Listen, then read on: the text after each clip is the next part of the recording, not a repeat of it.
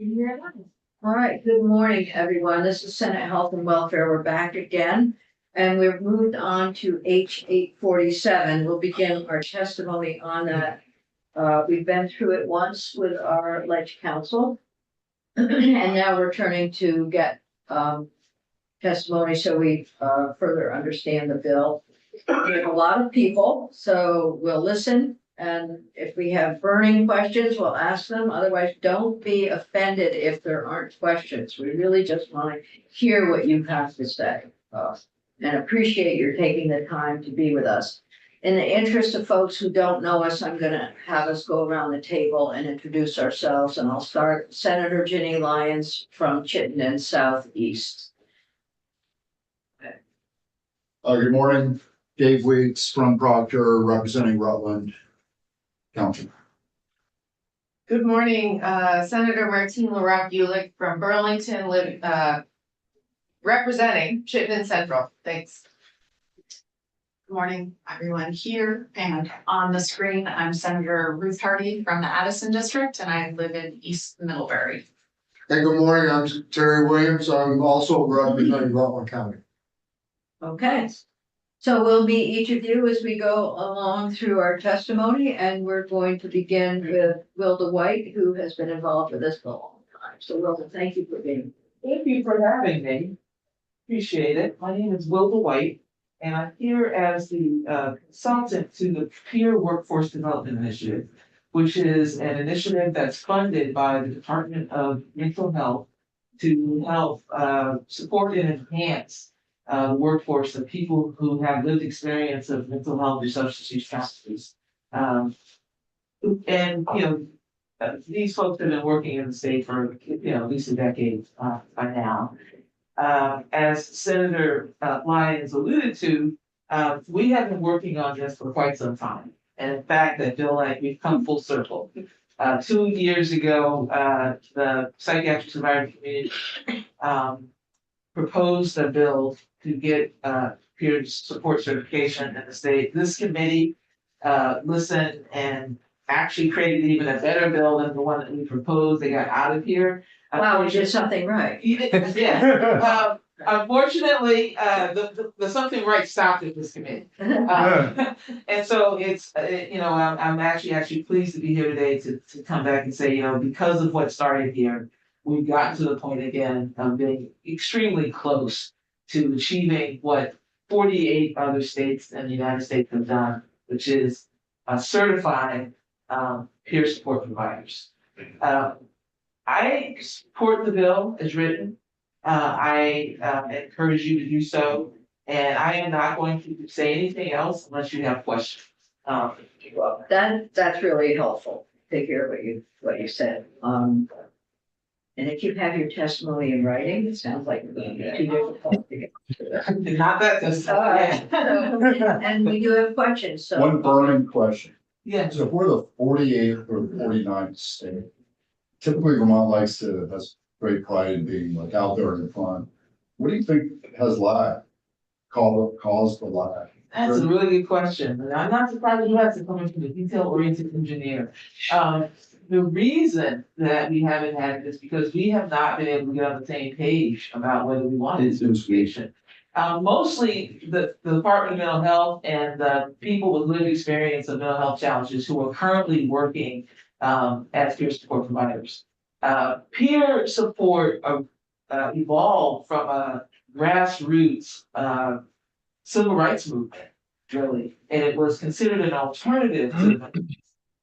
And this notion of formalizing it and actually like almost partnering with the mental health system was antithetical to a lot of people. And so we wrote a bill initially that addressed all the concerns of people so that the peer support certification model that the state of Vermont developed had fidelity with the history. That didn't happen in other states. So I like to say that we are next to last, but we are definitely not least, because the program as we are developing it here in Vermont really used most closely to the values of peer support as they were originally intended, throughout this grassroots movement. So it's a very astute question. Thank you. I appreciate it. Good answer too. Thank you. Okay, thank you. That's great. And we have Deputy Commissioner Dougherty here from, Department of Health. Thanks for being here. Good morning. Thanks for having me. For the record, Kelly Dougherty, Deputy Commissioner at the Department of Health. Thanks for the opportunity to weigh in again on H 847. We do have a few minor proposed amendments that only impact the recovery services piece of the bill, not the peer support for mental health side of the bill. The first is just and I don't know. Doug, I always say it wrong, Dougherty. Now I've said it properly. Thank you. That's fine. Okay, can you share your screen and put those recommendations up, because we I don't sure have can. webpage. Yep. Just bear with me 1 second.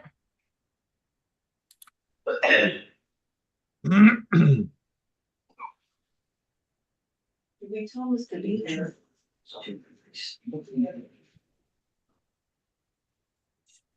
So, and I would ask if you're not speaking, just to mute yourselves.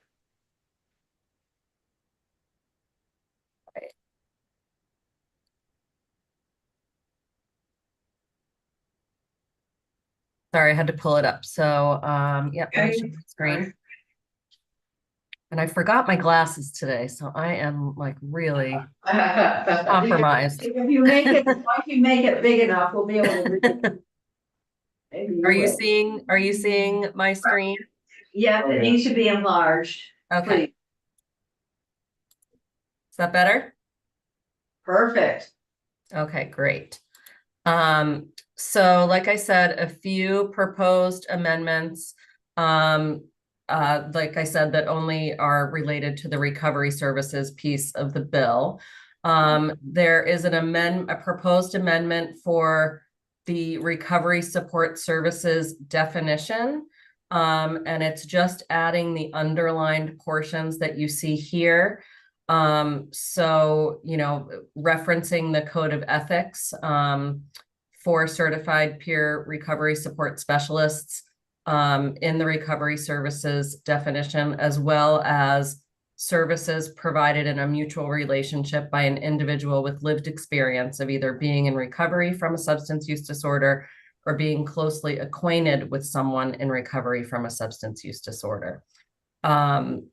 So that amendment is for your consideration.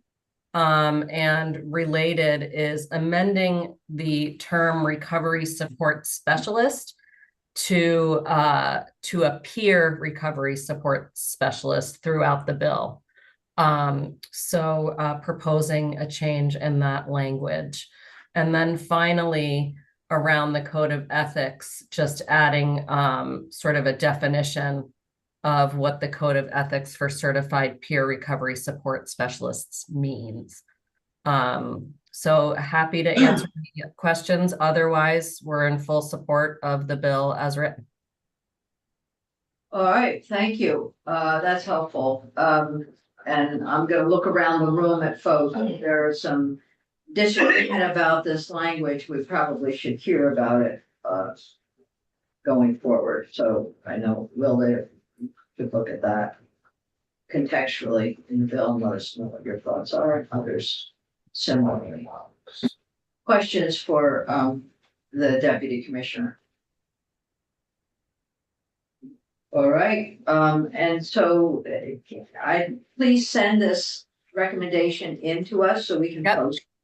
Certainly will. Looking for it on here. Not there yet. Okay. Yes, and then we'll have Ledge Council look at it with us. Great. As others who have been involved in the development of the bill at this point. Okay. We have with us Zachary Hughes. Thank you. You can, if you want, thank you, Senator. I can probably just do this. Yeah, you can just scoot over a little bit. I'm not gonna bump the right. I think, are we good here? You are perfect there. Appreciate that. And I'm gonna try to be as brief as possible. I still owe y'all some written testimony from the food stamp bill, I think. Yeah, you do. Working on it. Okay, good. Good morning, committee and Chair Lyons. Good to see you again on the pier bill again. We testified a while back on that first attempt and then appropriation stripped it, whatever. Anyway, I am proud to announce, so I'm from Vermont, I'm the vice president of the board currently at Vermont Psychiatric Survivors. I'm proud that we support the bill without any concerns. Those concerns have been alleviated thanks to further consultation with Weldon White.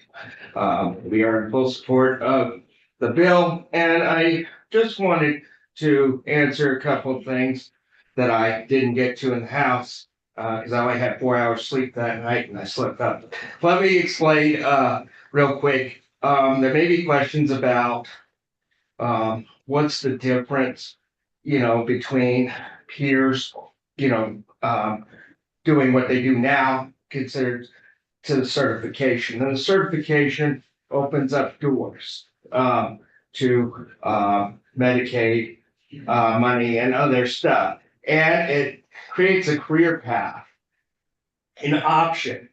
And I wanted to say that this has been discussed for a very long time, not just 2 years. This has been discussed since 2006. We were having these conversations, and the likes of Linda Corey, who's the executive director here, really encouraged both sides to kind of figure out what we wanted and to kind of coexist. And as I understand it, we will be able to coexist. If we want to be certified, we can. If we don't want to be certified, that's fine as well, from what I can see in the bill. And again, we have absolutely no problems with the bill as current. And I will also state that it is time for us to come together and get this legislation passed so we can do the important work. Thank you very much. Well, thank you. I yield to questions. All right, we yield to questions and we may have some of those. I just want to say thank you for your persistence, Thank your you. patience. Long time. Questions, Zachary? I guess you're off the hook. Okay, well, I'll give you one. I didn't have 4 hours. So which group are you with? Vermont Psychiatric Survivors. Okay. We're in Rutland. What is the group? What's the mission of the group? Because it's an interesting name and I don't quite get it, but I want to It understand. is, I don't have it right on me. No, it's just, It's basically empowering and equal rights to psychiatric survivors in the movement, and we're advocating and educating folks as well. And we run a few programs to that end. Like, for instance, we go into the hospitals and provide support in there sometime, most of the time, and we do other things. But we're right in Rutland, actually. so what is a psychiatric survivor? Just in a fun, Well, it's like the word, I don't want to slip up, but I will say it's anyone who has, been in a mental illness situation or depression, whatever their situation. And we've really strived through getting rights, certain things. Some of us have been in hospitals, others have been in facilities.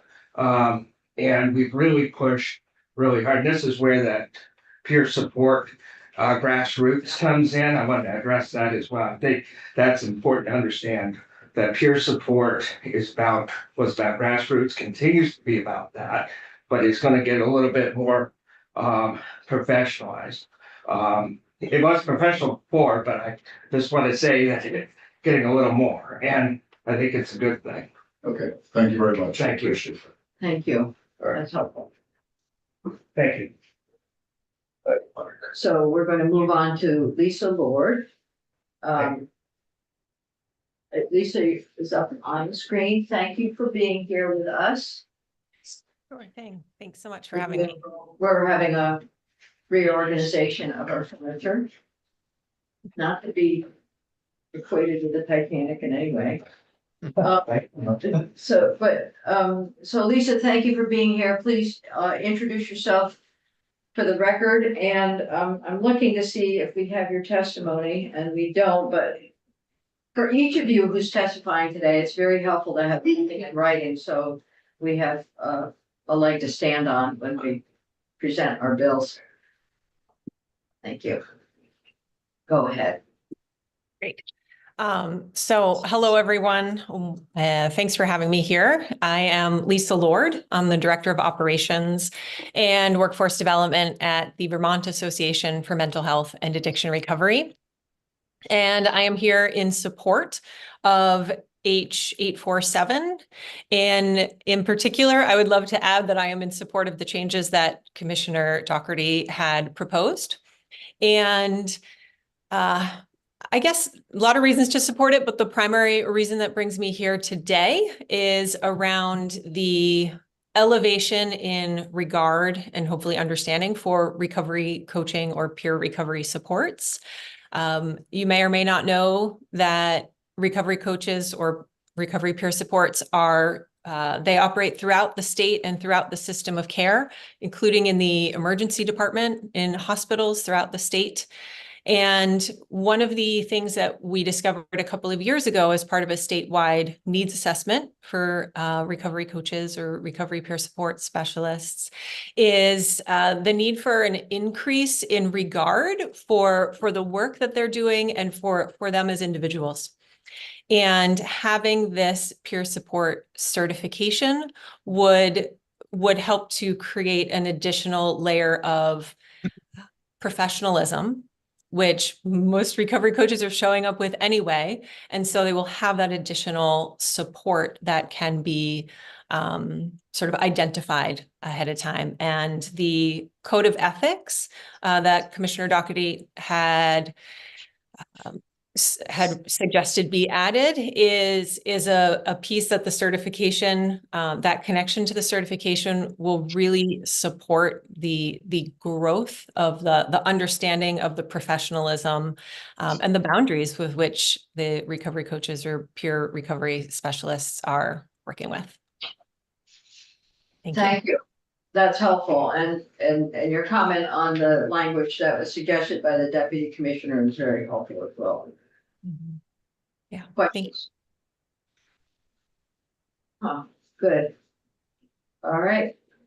Thank you so much. So we'll move on to Gary DeCorlis, who's here from the Vermont Recovery Network. And Gary, thank you for being here. Great to be here. Thank you, Madam Chair and committee. My name is Gary DeCarlos. I'm the Executive Director of the 15-member Recovery Partners of Vermont. Our members include all 12 recovery centers, peer-run organizations, Jenna's Promise, Vermont Foundation for Recovery, and the Vermont Association for Recovery Residences.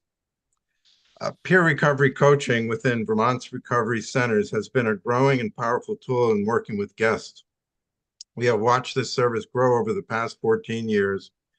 Actually, today we have 157 certified peer recovery coaches within our 12 recovery centers.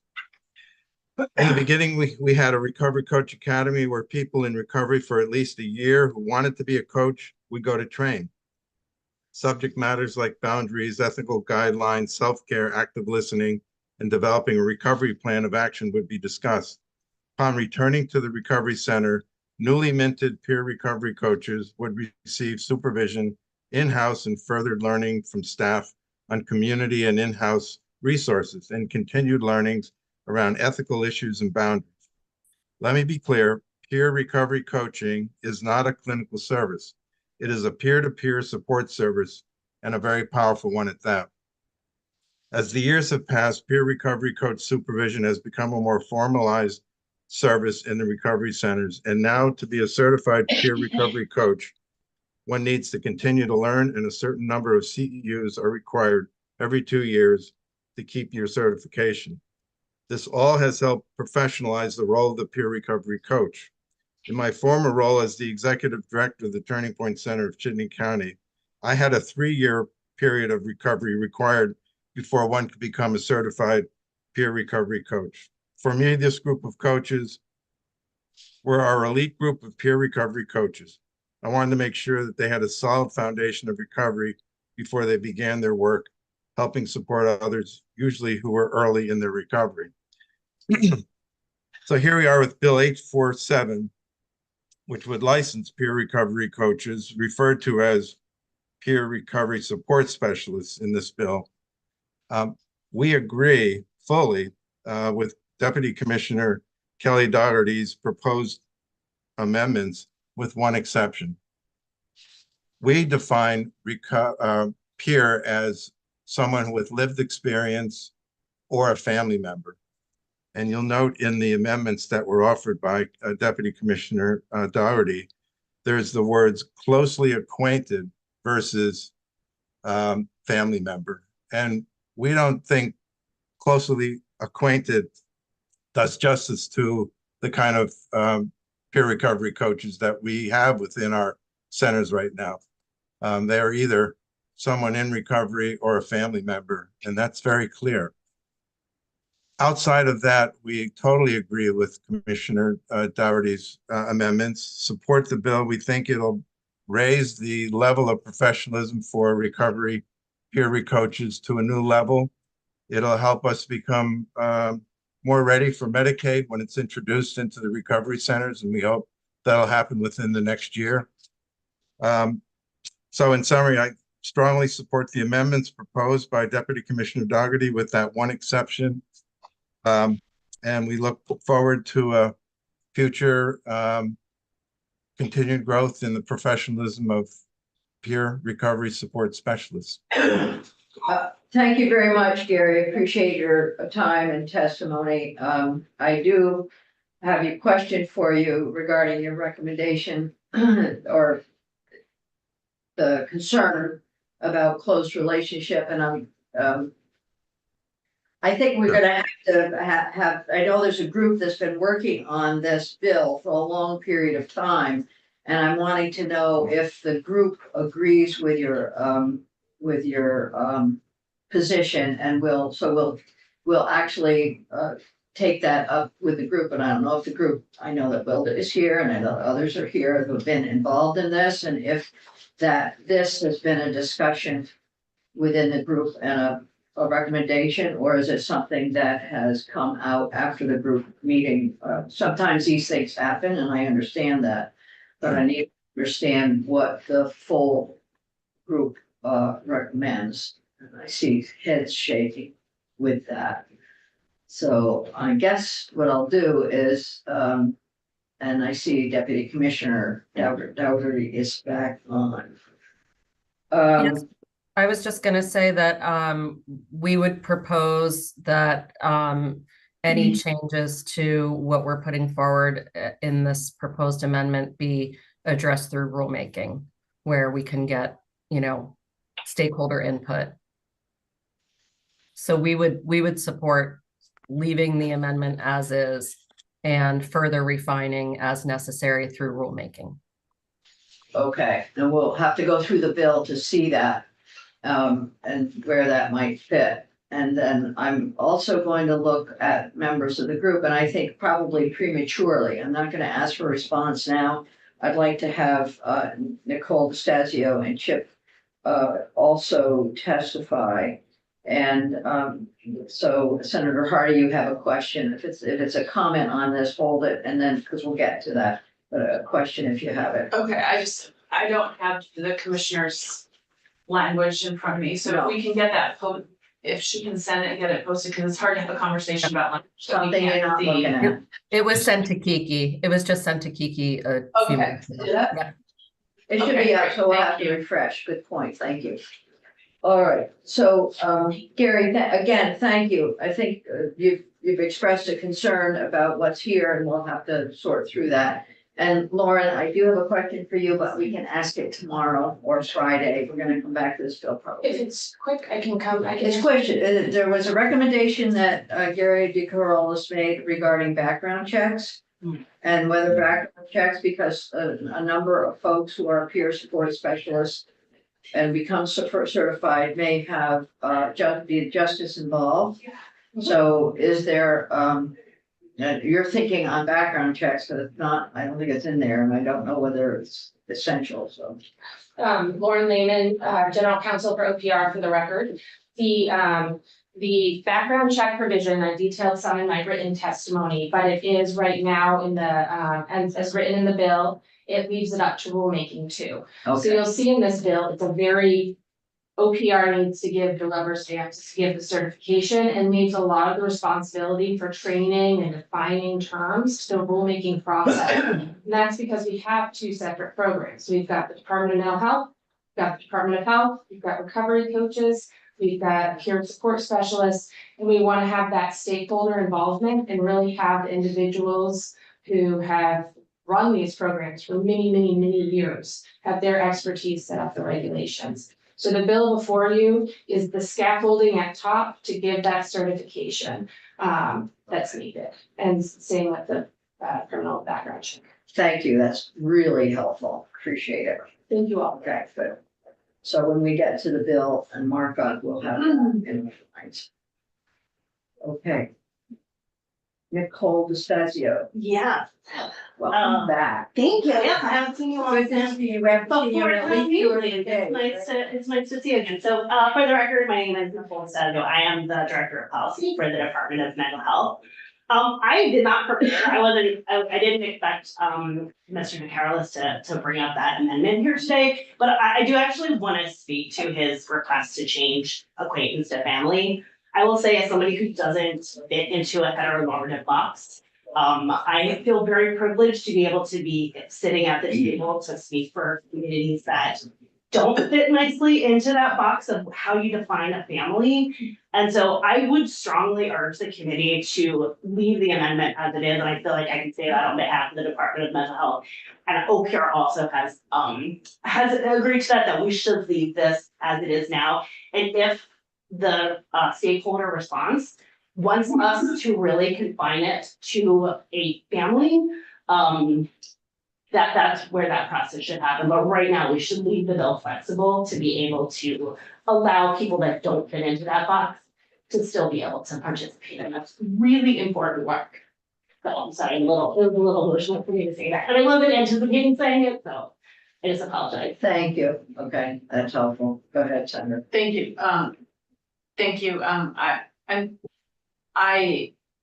agree and hear you on the different definitions and configurations of family, and a lot of people think of their family as people who are not technically related to them.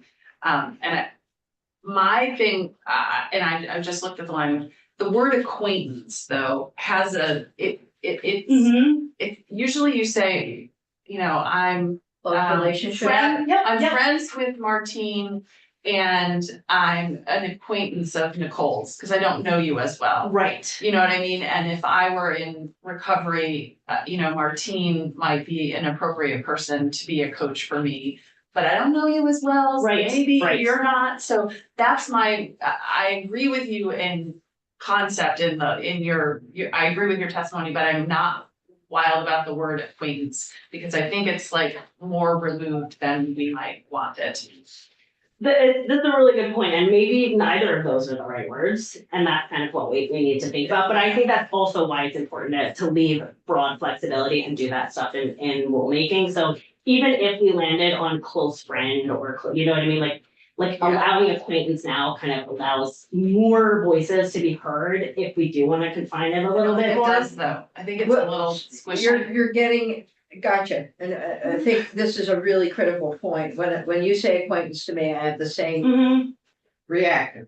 So close relationship or something. Mhm. So I'm gonna leave it to the group to come up with a good something that we can work with and understand, and we also need to understand what was the intent of having acquaintance there. But it was to leave it really broad, but I'm feeling that I like, have an acquaintance with so-and-so, but I couldn't begin to, yeah, okay. We'll have to think about that as we look at the language in the bill and put it into the context of the bill, but this is a good place.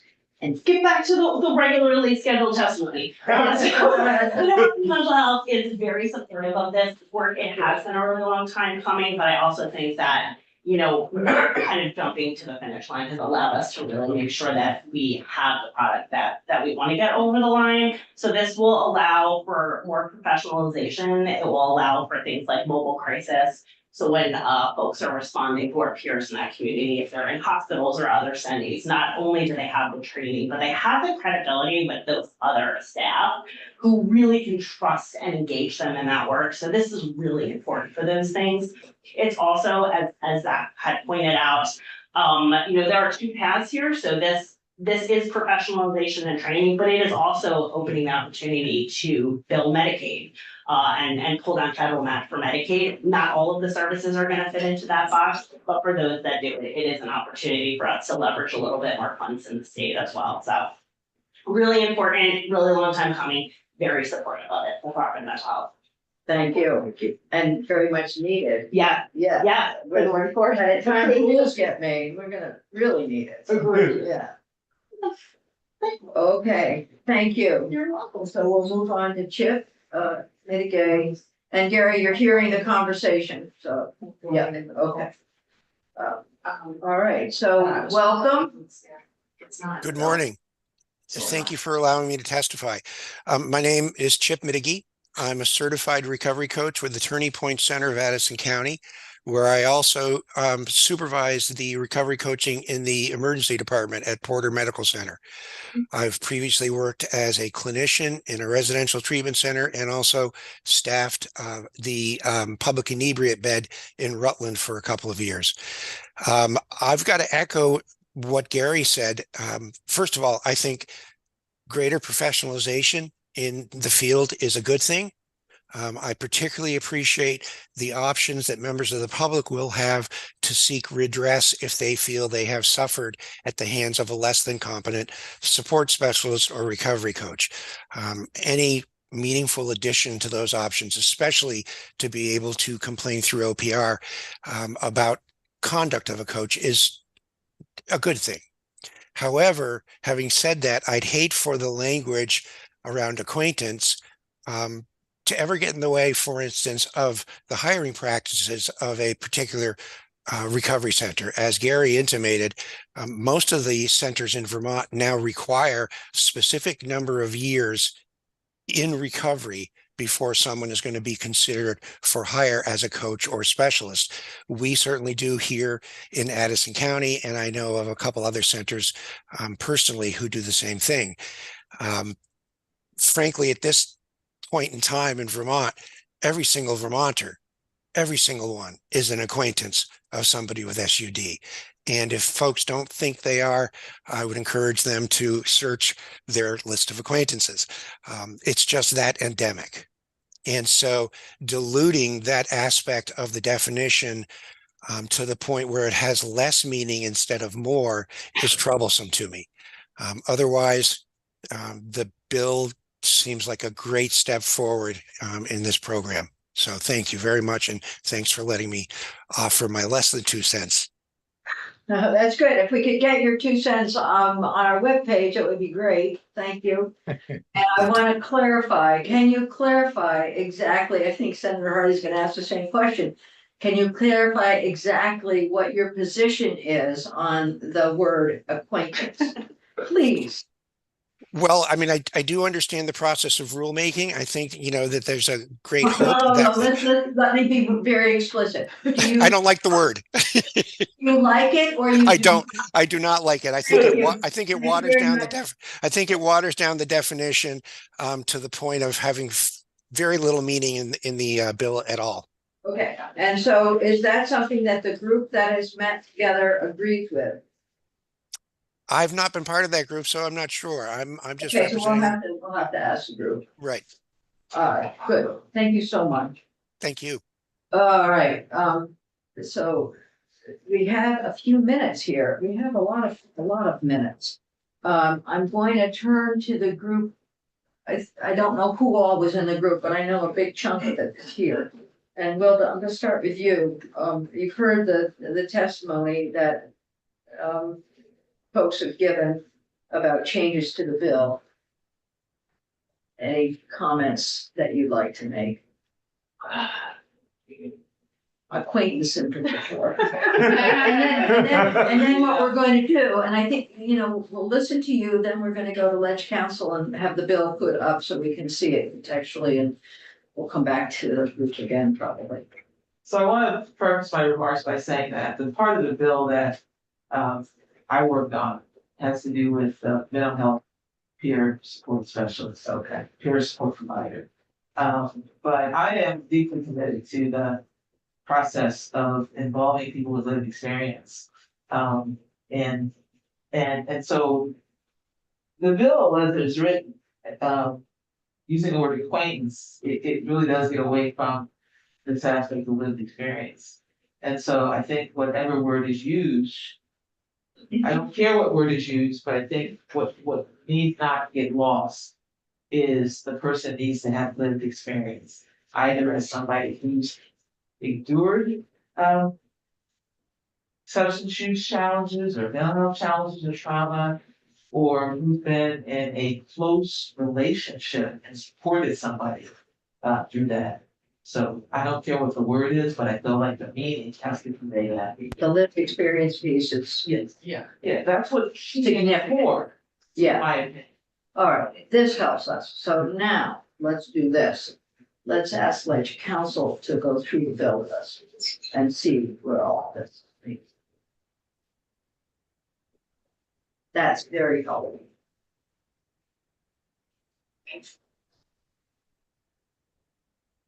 Hey, hello again. Katie Mayline, Office of Legislative Counsel.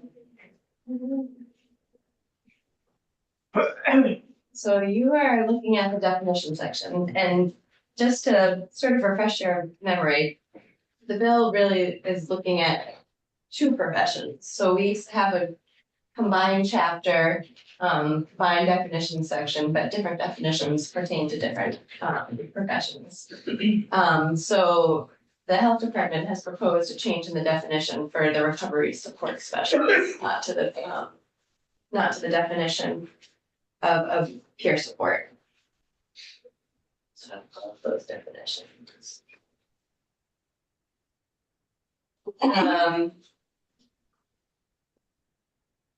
Let's see.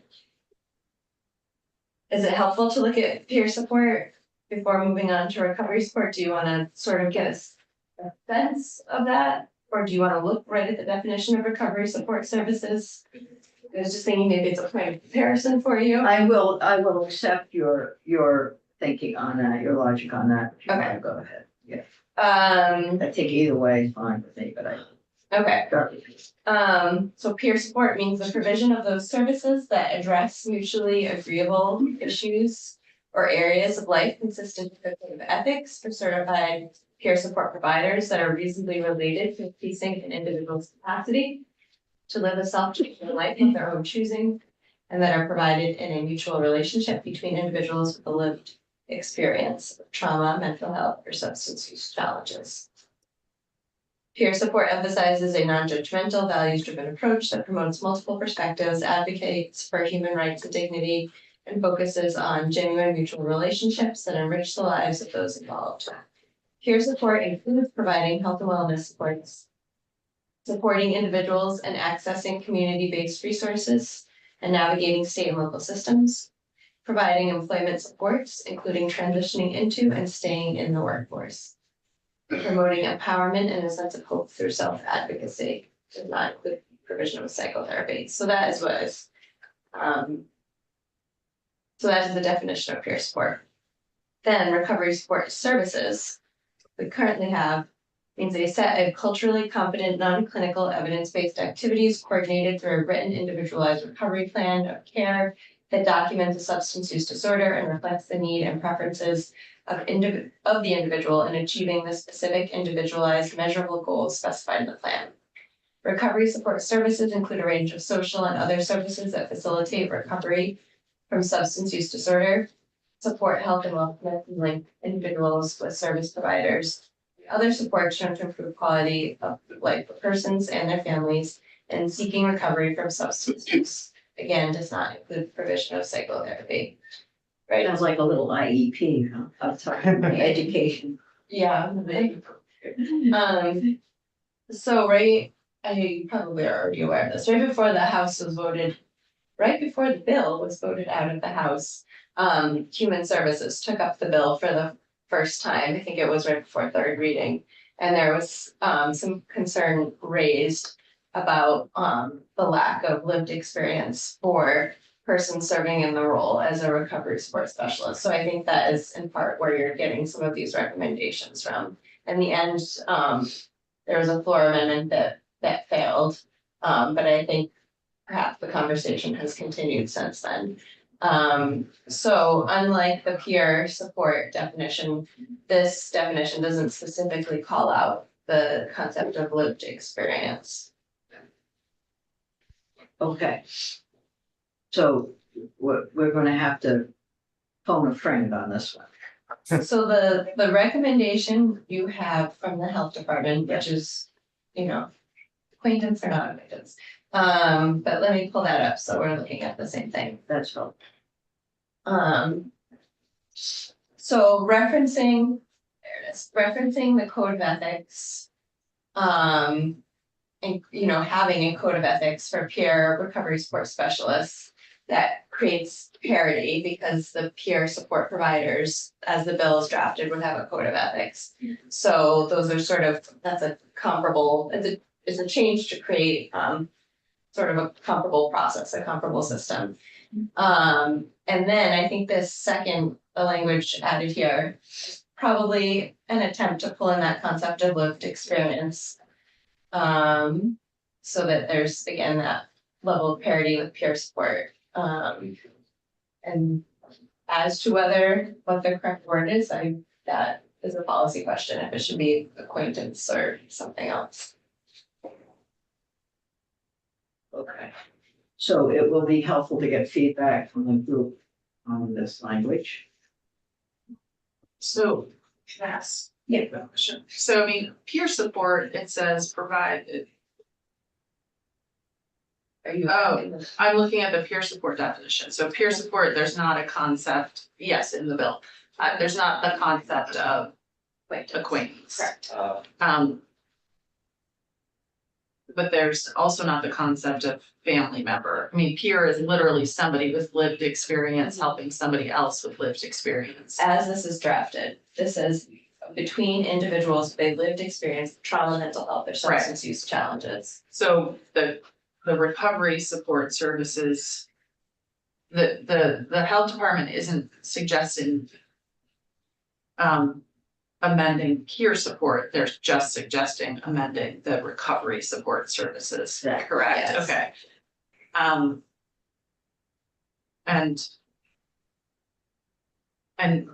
this was something that was attempted as an amendment on the floor? And this wasn't.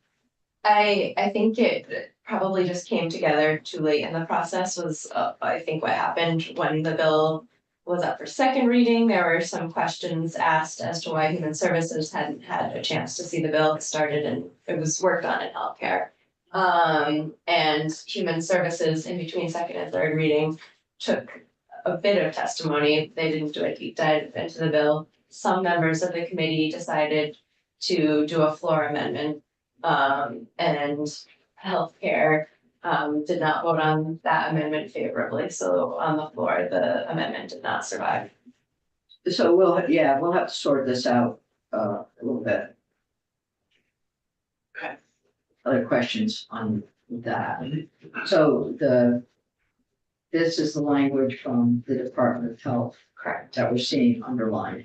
Is there other language that they've also suggested? Yes, so they're also. They're still doing it.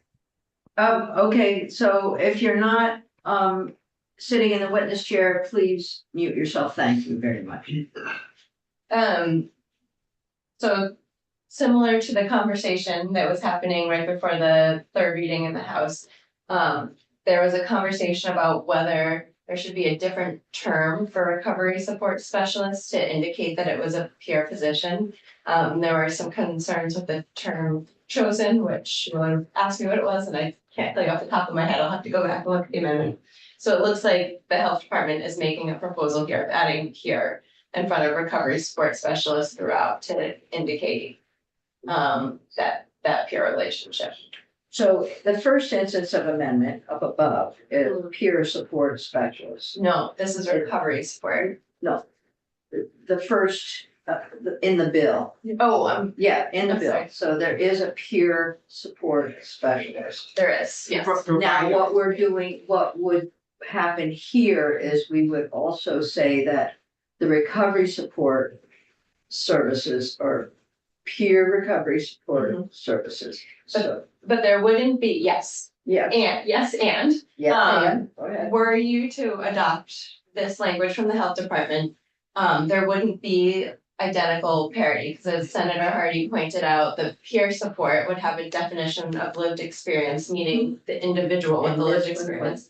And this would mean peer, as in either the person with lived experience or a person adjacent to the person with lived experience. Okay, so now what we need to hear is from the group as a whole. So we've got most of the group here with us. What the suggestions are from the group regarding these changes, and then we can make a decision what fits. Go ahead. Brendan Atwood, Policy Director, Department of Health. So in some quick consultation with the group here, we would be comfortable proposing the word relationship, as I think Wilda mentioned. Close relationship or relationship? Close relationship is fine as well. Okay, And I do want to note, it says right now, close acquaintance. That may not change the context too much for you all, yeah, but different than just acquaintance. okay, So. go ahead. So it's not a noun, it's a verb, right? What I'm looking at. And it's not acquainted with, it's closely acquainted with, which I think is different. So for what it's worth, it is a verb, so how would you verb the word relationship? I think we could say maybe in a close relationship or Has a who close has a close relationship. relationship. Yeah, and again, the intent here is to allow us to further refine this. We don't intend that this is going to be the last word of what these definitions mean, but the rulemaking process will allow all stakeholders to come to the table, deliberate what is most appropriate. And I'll just note that the department, we're concerned about workforce in the long term. And we want to be very thoughtful about who we exclude from being able to be certified in this profession. Okay, I'm fine with closely acquainted with, personally, I just, you are. yeah. Okay, well, let's hold that thought then. We have two suggestions. Has a close relationship with or is closely acquainted with. So as we go through the bill, we will go through the bill and do markup on the bill. So it's important to have clarity. The group is okay with is the group okay with either one? Yes. Okay. That helps. Is the group just the three of you? I'm not, I mean, like, I don't understand who the- yeah, I don't yeah, know. I don't know who the group Yeah. is, Yeah, I and I understand haven't that said at all. anything about whether I'm okay with the closely acquainted. Okay, we want to know that. Okay, We want yeah. to get your This is message. just We my want your department, message so back. this is not a group. Well, there has been a group working on this somewhere, I know that, so, and while they have not been working on it, I worked on the mental health peer. on the mental health. Yes. Okay. Yes. Thank you. And the other parts have been with the Recovery Center folks It's been with the Department of Health. and Department of Health. Okay. So we need to get clarity on who supports what.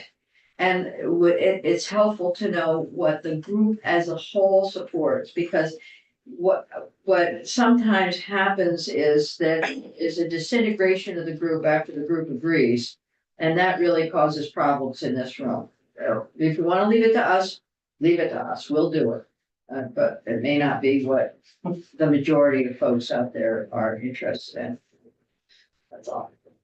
Go ahead. So, Me, can I say, my only other thing is that if we want to take in a variety of experiences and a variety of cultural backgrounds, I think the differences between the words relationship and acquaintance and friend are very different. I know folks who a friend is not a friend until you've spent half a lifetime with them and maybe even like lived in the same house. Everyone else is an acquaintance. So I just think leaving it more open is really gonna bring in more people and. I don't know, I just think there are cultural aspects to those words that are really important too. Thank you.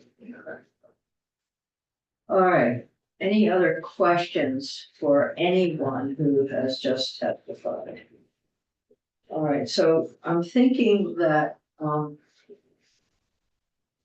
we want to come back to this bill. I want to give us time to think briefly about it, and I do want to come back and go through the bill on Friday. Or if we have time, Katie, to go through the bill a little bit right now, can we do that? Sure. Please, and we'll just take about 10-15 minutes to go through the bill, and then we'll move on to some folks from Parent Cloud Centers. Okay. And this is for us, okay, so we're look, it's our scrutiny of the bill at this point.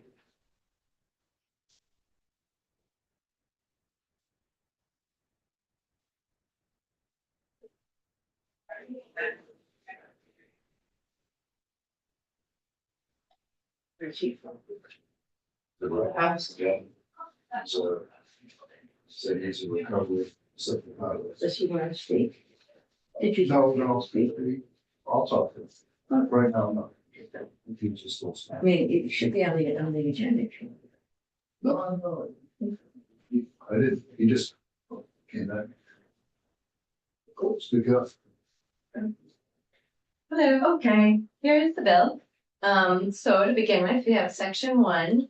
And this is the list of which professions the OPR regulates.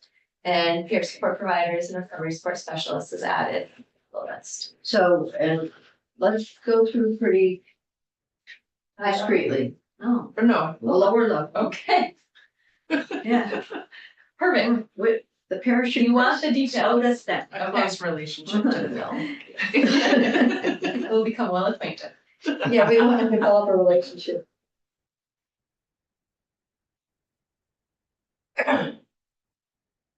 So let me know if you're ready to move off of section 1, where we're listing our 2 professions.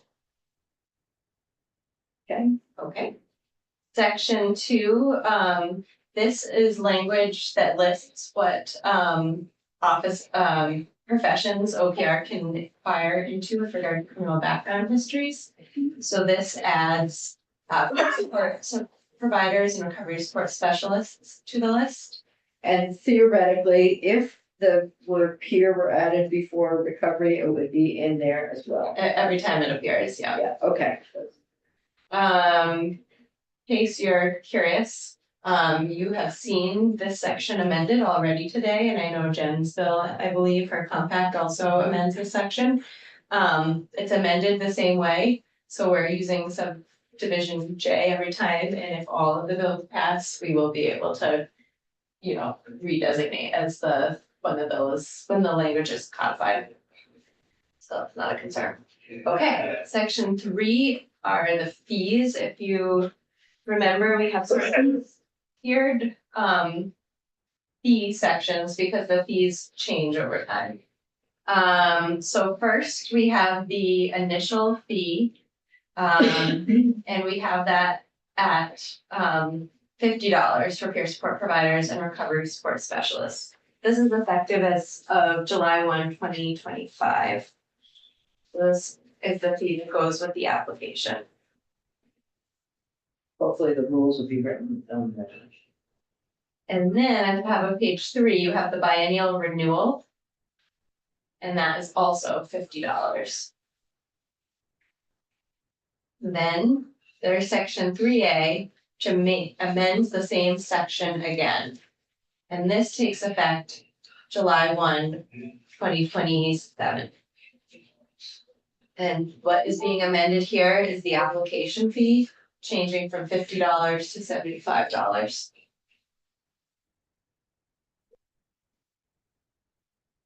And then remember, it's initial and then.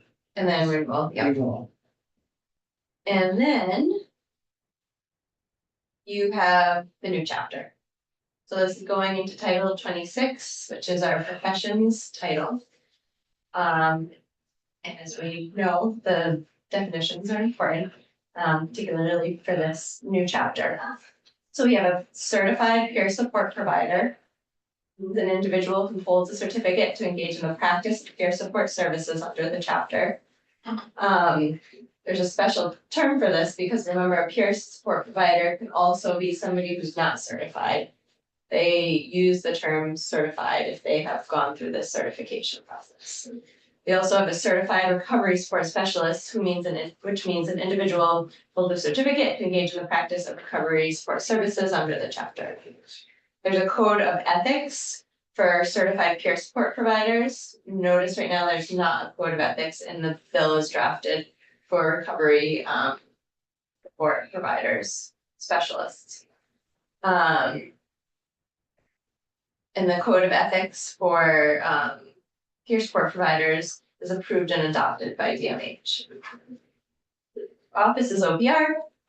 Peer support provider credentialing body means the entity authorized by DMH to, in addition to other duties, issue credentials to peer support providers to demonstrate that a peer support provider has met the qualifications for certification under this chapter, and also approve acceptable continuing education courses. And then we get to our definition of peer support. We read through this once. Do you want me to read through it again now? No. It's okay.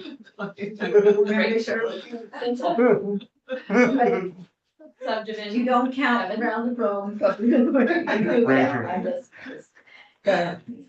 Subdivision 7 is the practice of peer support, is the provision of peer support in a manner consistent with the code of ethics. Practice of recovery support specialist means the practice of recovery support services. If you do choose to add a code of ethics, you would also have to make that change here for consistency. If you would like consistency. And then we have our definition of recovery support services. This is where we have our question about closely related or acquaintance. So that language would be added here if you choose to add it. Can I ask you where it would be added here? I'm just curious how. The proposal from the health department is in the second sentence. Oh, right. Oh, Yeah, got it. Okay. Activities and then. but in the first sentence would be referenced to the code. We probably should look at that, looks like. Okay. Recovery support specialist credentialing body is the entity authorized by the Department of Health to do the same things, issue credentials to recovery support specialists and demonstrate that recovery support specialists has met qualifications under the chapter and approve continuing education. And then we get to our language on prohibitions and penalties. Nothing in this subchapter shall be construed to prohibit the practice of peer support by a non-certified provider. However, a person shall not use in connection with the person's name any letters, words, or insignia indicating or implying that the person is a certified peer support provider, unless the person is certified in accordance with this chapter. So if you say you're a certified peer support specialist, you have gone through this. You cannot say you're certified if you haven't been certified in accordance with the chapter. Nothing in the subchapter shall be construed to prohibit the practice of recovery support services by a non-certified provider. However, a person shall not use the names, insignia, etc. That indicates that they have been certified when they haven't. And then a person who violates this section shall be subject to the penalties provided in 3 VSA 126C. This is a penalty section that applies to other professions as well. I can pull it up if you want to take a look. I have it in my folder. But let's do that next time. I think it's boilerplate. Is it Judicial Bureau or? I believe it is Judicial Okay. Bureau. Duties of the director, meaning OPR, Director of OPR. So the director shall provide general information to applicants for certification as certified peer support providers or certified recovery support specialists or both. Receive applications for certification, grant and renew certifications in accordance with the chapter, and deny, revoke, suspend, reinstate, or condition certifications as directed by an administrative law officer. Explain appeal procedures to both professions, explain complaint procedures to the public, administer fees collected in accordance with this chapter, and the language that we looked at earlier through VSA 125. Those are the biennial fees and the application fees. And refer all disciplinary matters to an administrative law officer established under 3 VSA 129J. So again, we can look at that cross-reference if you're interested. After consultation with the two commissioners, the director of OBR is to adopt and amend rules as necessary pursuant to the Administrative Procedures Act to perform the director's duties under this chapter. Then we have the advisor appointees. So this section gives OPR the authority to ask for advisor appointees for the two professions and indicates who qualifies to be one of these advisor appointees. So after consultation with the two commissioners, the Secretary of State is to appoint 2 certified peer support providers, 2 certified recovery support specialists, 1 representative from each of the departments to serve as advisors to the director in matters relating to the 2 professions. Advisors shall be appointed to 5-year staggered terms to serve as advisors in matters related to the administration of the chapter. At least one of the initial appointments shall be less than 5 years to achieve staggered terms. In subdivision 2, a certified peer support provider serving as an advisor shall have at least 3 years experience as a peer support provider immediately preceding appointment, be certified as a peer support provider in Vermont at the time of the appointment and during incumbency, and remain actively engaged in the practice of peer support in the state during incumbency. Then you have a list for recovery support specialists. It's the same list, but it does not have the fee. He does not match. Time in Vermont, time of be certified at the time of incumbency. Oh wait, no, is it A? Have at least 3 years experience. I'm sorry. So in subdivision 2A, certified peer support providers, the advisor appointee must have at least 3 years of experience as a peer support provider immediately preceding appointment. That same requirement is not there for recovery support specialists. And then subsection B, the director is to seek the advice of the advisor appointees in carrying out the provisions of the chapter. Advisors who are not employed by the state are to be entitled to compensation and necessary expenses as provided in statute for attendance at any meeting called by the director for this purpose. So there's another place where money is something of interest to Secretary of State's office. Go ahead. Okay. Eligibility. This is who can hold one of these certifications. So first in subsection A, we're dealing with peer support, certified peer support providers. An applicant shall complete and submit an application in a manner as the director prescribes and rule, accompanied by the applicable fees that we already went over. So hold on a second, Kate. So for folks who are here for the parent-child centers, we're going to be about 7 more minutes, and then some of these seats will clear up for you. You might be more comfortable at the side. That's great. Yeah. Okay, and evidence satisfactory to the director that the applicant is at least 18 years of age, has received a credential from a peer support provider credentialing body, has passed criminal history and registry checks as described in the rule. And then to be eligible for certification as a recovery support specialist, again, completing an application as prescribed in rule, accompanied by applicable fees, and then evidence to the satisfactory of the director. The person is 18 years of age, has received a credential from the credentialing body, and has passed criminal history and registry checks as prescribed in the rule. And then we have language about the renewal of the certificate.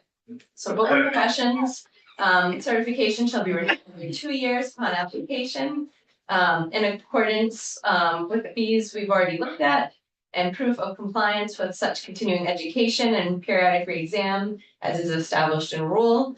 The fee shall be paid biannually upon renewal, which we already saw in the fee section. Ask a question. Yeah, go ahead. So somebody may have mentioned this earlier, because I know this came up, but the criminal history and registry checks. I mean, especially for peer there may be people who have a justice involved, and does that prevent them from being?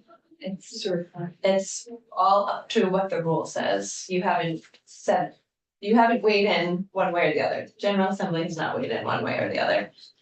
So you're leaving the specifics to rule. Even whether there is a criminal history and registry check is, would be determined in rule. Well, it says has passed criminal history and registry checks as described. Oh, as described in rule, So but it if it's still says not required passed. in rule.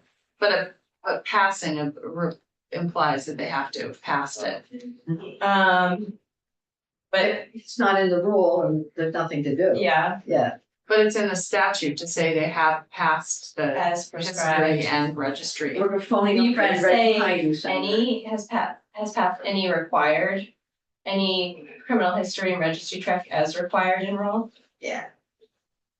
Yeah, because I mean, I think if we're saying in statute that I they hear have what to you're have saying. passed it, Yeah. if the rule comes back and says they can't pass it, then that's contrary I to hear what what the you're saying. statute I says. hear what you're saying.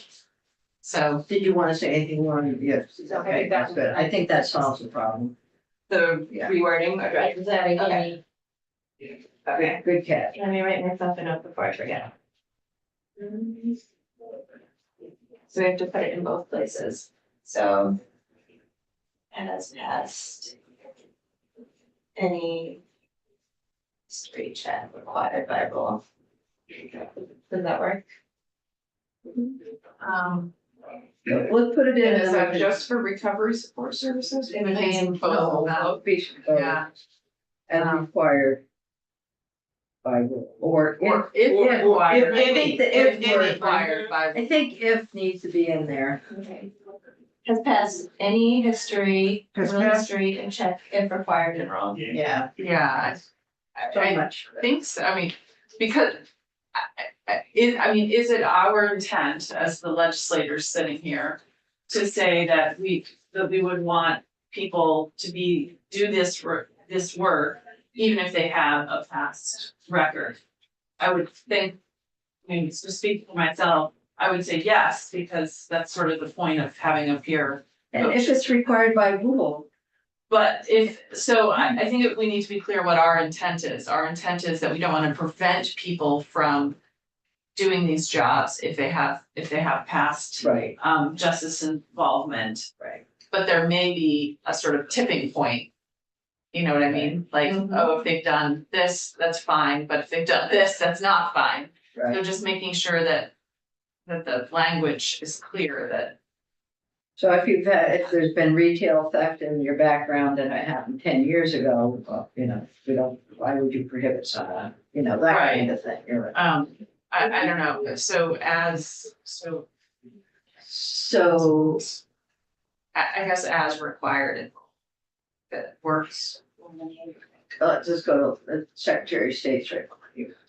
Lauren Lehman, General Counsel OPR, I did want to make clear that there will be some registry checks that are required in law already, tax, child support. So those will have to be done unless there's some sort of exemption for this profession under those titles that have not been anticipated. So that's part of the reason this was written broadly, openly, so you could choose what form of background check would be there. Are we doing FBI or are we doing what we normally do, which is just ask, do you have a criminal history? So there's a big broad spectrum in there, but I think it had been anticipated that there would be a requirement that applicants pass certain registry checks. Tax and the criminal background, or tax and child support. So as required in rule would work? Yes, as described. Registry only, registry checks only done. So would it be okay if I put something together and bring it back? Yes. So that registry checks have to happen, background checks only if required by rule? Yes. Okay. So I'm gonna suggest that we finish going through the bill because we have other folks waiting. Oh, okay. And then we're gonna come back to this anyway. Okay, so. And folks who have been involved with this might wanna send us some information, that's also. Okay, so unprofessional conduct. We have language that unprofessional conduct means misusing a title. We've already talked about that, and any conduct listed in the list that we have previously discussed, whether committed by a certified peer support provider, recovery support specialist, or an applicant. The office may discipline a either certified professions as provided in 3 VSA 129A. Rulemaking. Section 5, by September 1st of this year, OPR is to file an initial proposed rule for the purposes of carrying out this provision. So that's the first step in the process, filing the initial proposed rule. Effective dates, the act itself, the bulk of the act takes effect July 125, except this section, meaning effective dates in section 5 rulemaking takes effect on passage. And section 3A, that fee that takes effect later in time is July 1st, 27, 7/1/27. Got it. Okay, so this is helpful. We've had a good discussion and we've had good testimony to help us understand what's here in the bill. So next time we come back to it, we'll look at some proposed changes and contextual changes, and then if there are comments to be made from folks who are here with us, please by all means get those in, but we're getting very close to doing a final markup of the bill. All right, so thank you, Katie. You're welcome. And we'll move along. We have some folks who are here. Trials. Oh. There it is. Oh, good. No, I can look at the I'll leave that in.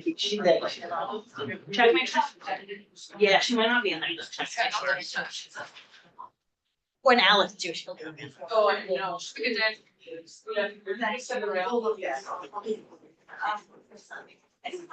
So let's focus in. And then we'll take the floor.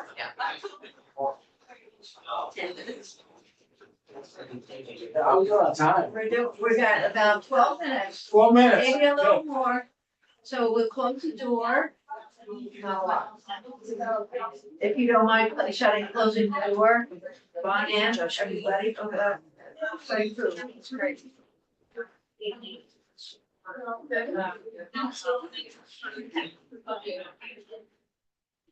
Q.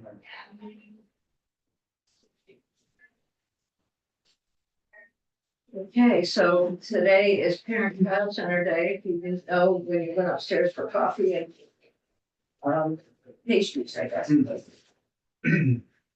Josh, thanks for being here. Yeah, thank you. Try to get set up on Zoom here. Are you gonna guide the testimony or the leader of the pack? So I will start out and just do a little bit of my testimony, and I'll probably abbreviate it, and just say a little about ask, and then I have a couple of parents here. Okay. To have share their testimony. Hopefully fit it all in about 12 minutes, so. Yeah.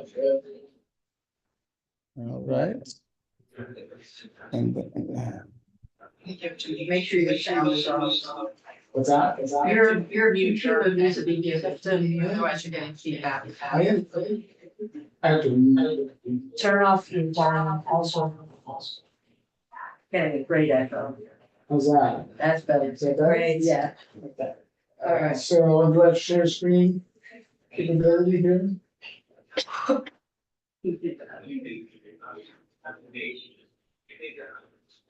Sorry. So maybe while we're waiting, why don't you folks who are here, go around the room and introduce yourselves, and we'll start right over here. I'm Lee Lauber. I live here in Montpelier and I've been involved with Parent Child Centers for decades. Amy Schellenberger, lobbyist for the Parent Child Center Network. I'm Elizabeth Emmett, and I'm coming from the Northeast Kingdom. We have 2 parent child centers in Newport and St. Johnsbury. Thank you for the trip down. Claire Kendall, co-director of the Family Center of Washington County. I'm Forrest Gardner. I'm a participant in.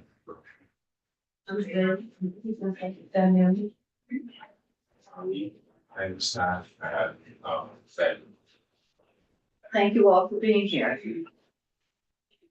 So I'm just sharing with you a little slideshow. I'll kind of go through little bits of it while I'm giving my testimony, just so you see some of it. There's a 6-month impact report that we did. So numbers you're seeing are over the course of 6 months. So we're seeing a lot of families come through all our parent-child centers, and the number is like it's increasing. So again, my name is Josh Miller, and I'm the executive director of the Janet S. Monk Family Room in the Old North End. Appreciate all the support you've done over the years in helping us. Last year, your support was huge in helping us keep our staff, pay them what they need, what they deserve to be paid, and it's made a big difference for us to be able to, keep the programs we've been wanting to do and expand them as emerging needs come up for us. So, and passing it back to 150 was a huge accomplishment for the network. We know it will strengthen us in the network and will also help better support our individual centers. We're also excited about how it's building a stronger relationship with us and the states, which has been fantastic. I just want to say we're really making great strides and feel like we're really working as partners. And just a quick little bit about the family room. We're in a community center. We provide 8 core services. We see about 1,500 participants a year. It's going up and up. We're seeing a lot of new families come through. We have a food pantry. We have fatherhood programs. We have a clinic with well child visits. We do a lot of stuff with fathers.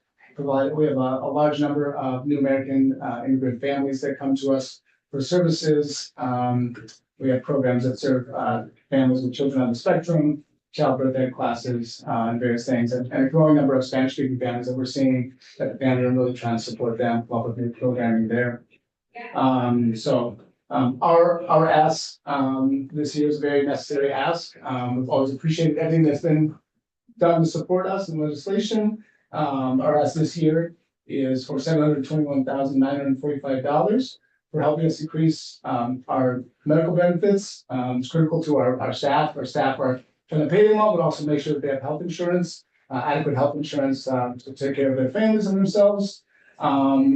And also to help build our infrastructure, which has been a part of our Act 150 is what we're tasked to do. So we want to be able to support that, and that's our ask this year, is to make sure that we can continue to move forward and support the network as we sort of become unified and do all the work that we're set out to do, continue to support the families in our communities. Well, thank you. Yeah. And as we look at the budget, we'll keep this in mind. I'm not sure it's in the budget as proposed. Yeah, I think it is. Yeah.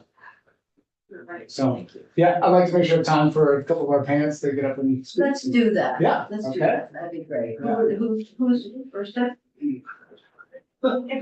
All right. Forrest, you want to go? What? Not gonna be able to hide. Small room. I will say also that Janet S. Monk Room has some great community dinners that are fun to go to. Yeah, it's a great community center, yeah. It brings a lot of people together. Really great. Thanks for that. I mean, I just say thank you to all the parent-child centers who are in the room. But we know what an accomplishment it is to have you in our state. So go ahead, Forrest. Thank you, yeah. Well, good morning, you've already met me, Forrest. And I'm here to testify in support of the Parent-Child Center Network's grant request. So it's a little about my story. My wife, Nicole, and my 5-year-old daughter, Ivy, have been clients of the Janet S. Monk Family Room since 2018.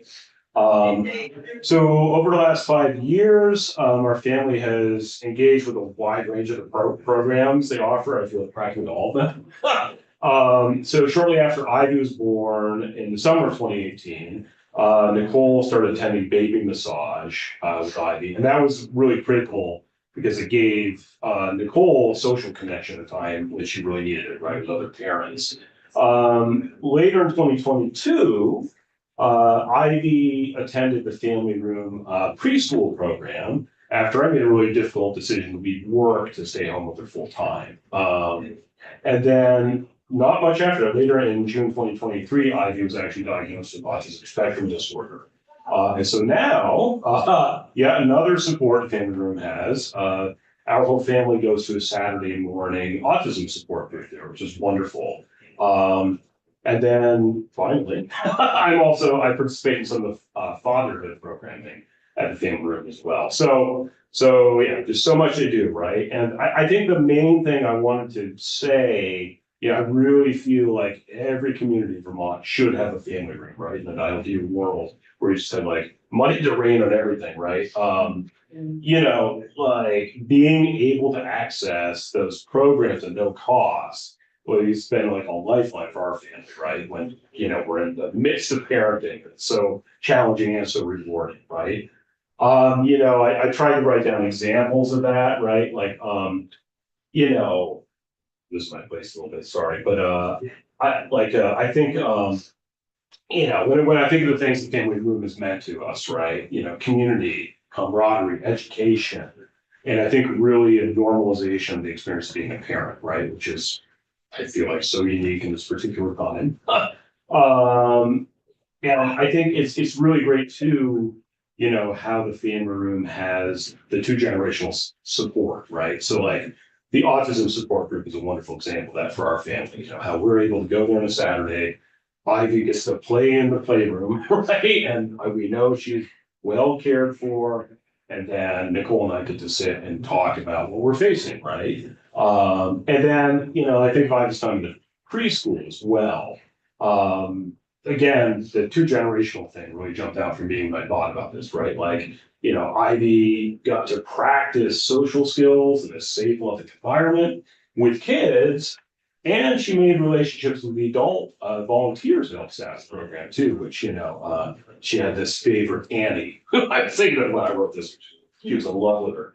And, you know, and now Ivy is thriving in kindergarten, right? And, you know, it's full IEP. But I really credit the family room with helping, you know, give her an environment to practice the social skills, right? I think it was huge. So I'm going to wrap myself there, but I really hope you grant the Parent-Child Center Network's request. You know, I think the parents of Vermont need that, but thank you so much for the time. Thank you. Yeah. And thanks for your testimony. If you can get us something that would be very helpful as we look at Parent-Child Center. Although I think we might have it. And the wraparound services, and Yes. like you're wrapping around your family. Yeah. That's really nice. Good. Thank you. Thanks. And now we're going to hear from two people. Little one. Oh, look at this. So you want to introduce yourself and your little one? Oh, okay. Sure. Can I put this down? Yeah. Sure. I'm Zainab Jabril, he's 4 months old. I'm Sweden. Beautiful. Thank you. Thanks for having me. I haven't come here for a long time. I don't know the last time I came, I think I was in high school. Ever that, it's just pandemic and everything, just never made it here. I'm glad I'm here. Glad you're here too. Thank you. Hello, my name is Zainab. I have been coming to the family over 5 years. I have attended play groups, moms groups, baby massage, gardening programs, and used the food penalty. And the family has been important to me, and my family has, we get to meet other people and have food together, and my kids get to play with other people. And baby massage has been very helpful because there's so much going on, especially at this age. Actually, today I'm supposed to go to baby massage, and this did to come here, so I'm grateful. Yeah. And there's just so much going on with the first months with baby, so baby massage is a great way to go at this age, and also focus on him at that moment and meeting other parents at the same time. And then, however, I need something, like whenever I need something from the family room, they've been very helpful to me, like food, diapers, at the same, when I need it at the same time. And the staffs are very helpful. I'm like connected to them now. Like that's like my second home to be there. And then and they care about my kids, and my kids feel very safe around them. And then whenever I'm not there, like the weekend, they even say, let's go to the family room the weekend. I'm like, it's a weekend, we can go to the family room. Things like that. That tells me that they enjoy it, and I love to get out of the house because being a mom, 24 hours, staying there with them is a lot. So just getting out of it helps me, my mental health, and helps my kids get out of the house. And the family looks like a family, like I said, that they get to play, there's food, singing, and all that. And then the family room is important to the community because I know a lot of people rely on the family room staffs and what they are for. A lot of the moms going through a lot, like, for example, depression is a great thing. And sometimes people do not like to talk about it, but for me, I find a safe place to just go there and talk to someone that's safe and respectful and would hear about me. And I felt really good about it. At first I didn't, but now I'm comfortable just going there and talking to them. So, and then what else I did was I tried to get my husband out of the house to go to dad's groups. So he's been doing that and he's like, whoa, I like that place. I'm like, whoa, go take my kids there. So I just push him and just to go there. He looks like he's enjoying it and he likes the fact there's food ready. Yeah. So, and then it says, and also, if people didn't have the family room, I'm not sure where they would go for help. But the family room means a lot to me and many people, and raising kids is hard. So I really think people need a family room everywhere. I don't think we do have that. No, we don't have them everywhere, but we've got them a lot of places, but probably not sufficient to cover the whole state, yeah. All right. Well, thank But you. it's everywhere. And this one is really, look at this. Thank you. Ten. He's really, Maybe, sorry. he's very chill. And but he's also social. When you were talking. He is social. He talks a lot, but he's just Yeah. waking up now. Oh, Thank you. thank you. And, stay connected with us. Yeah, I'll be back. Hope I see some of you down there. Great. All right. Good. This is a nice way to bring closure to our day. So we're gonna call it a wrap. And thank you all for being here today and supporting your organization. Yeah. Appreciate it. Thanks a lot.